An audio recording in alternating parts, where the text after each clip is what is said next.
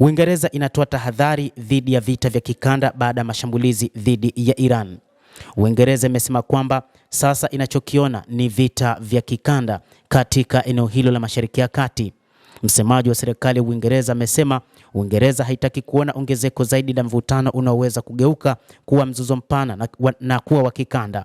Kufuatia mashambulizi ya pamoja ya Marekani na Israel dhidi ya Iran, amesema kipaumbele cha Uingereza cha haraka ni usalama wa raia wa Uingereza walioko katika eneo hilo, na tutawapatia msaada wa kibalozi unaopatikana masaa 24 kwa siku. Hata hivyo, moja kati ya jambo ambalo wakati huu linaonekana ni katika namna ambavyo vita hivyo vinaweza kusababisha hali kuwa mbaya, ni namna ambavyo watu wengi wanaona kwamba vita hivi vinaweza vikahusisha mataifa mengi, kama ambavyo wakati huu Iran inafanya mashambulizi katika mataifa mengine ambayo yana kambi za kijeshi za Marekani.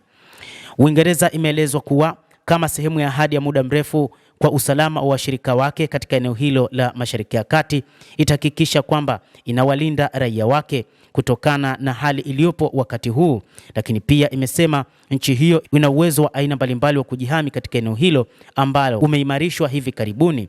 Tuko tayari kulinda maslahi yetu, ilisema taarifa hiyo.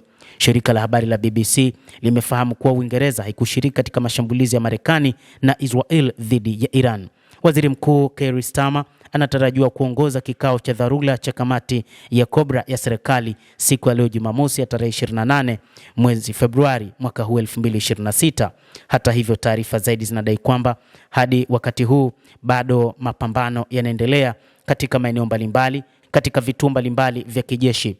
Milipuko imeripotiwa katika mji mkuu wa Bahrain na kwingineko, na ving'ora vinasikika katika eneo zima la Mashariki ya Kati, katika maeneo mengi ya Mashariki ya Kati kutokana na mashambulizi yanayofanywa na Iran. Mtazamaji, endelea kutufuatilia, lakini usisahau kulike, usisahau kucomment, kadhalika kusubscribe channel yetu hii upate habari hizi kwa mapana kupitia The World News.